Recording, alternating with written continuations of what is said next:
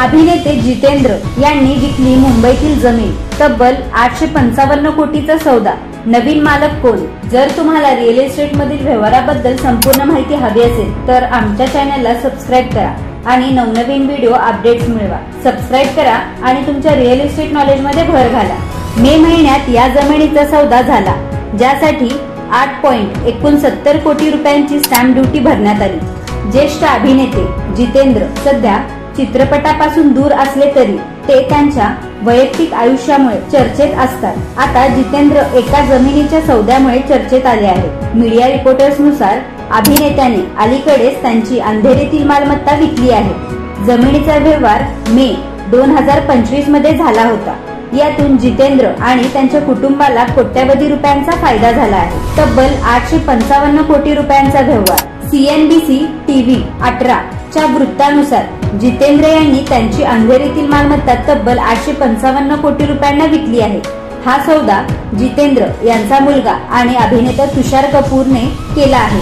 या जमिनीच्या व्यवहारात 8.69 कोटी रुपयांची स्टॅम्प ड्युटी आणि 30,000 रुपयांची नोंदणी शुल्क आकारण्यात आला. मालमत्ता कोणी खरेदी केली? जितेंद्र आणि त्यांच्या कुटुंबाने ही मालमत्ता एनटीटी ग्लोबल डेटा सेंटर्स किंवा क्लाउड इन्फ्रास्ट्रक्चर इंडिया प्रायव्हेट लिमिटेडला विकली आहे. या कंपनीने 855 कोटी रुपये देऊन ही जमीन खरेदी केली आहे. ही कंपनी पूर्वी net magic IT services private limited म्हणून ओळखली जायची. जितेंद्र यांची कारकीर्द अनेक सुपरहिट चित्रपट दिले आहेत.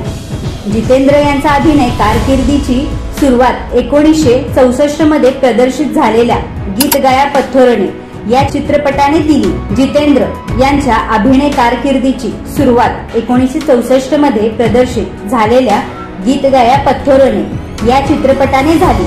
या चित्रपटासाठी त्यांना फक्त 100 रुपये मानधन मिळाले होते. त्यांचा हा चित्रपट फ्लॉप ठरला. त्यानंतर 1967 मध्ये प्रदर्शित झालेला फर्ज या चित्रपटाने त्यांना खरी प्रसिद्धी मिळाली. त्यानंतर त्यांनी मागे वळून पाहिले नाही. त्यांनी हिंदी चित्रपट सृष्टीला अनेक सुपरहिट चित्रपट दिले. वाढत्या वयामुळे त्यांनी गेल्या काही वर्षापासून चित्रपटात काम करणे थांबवले आहे.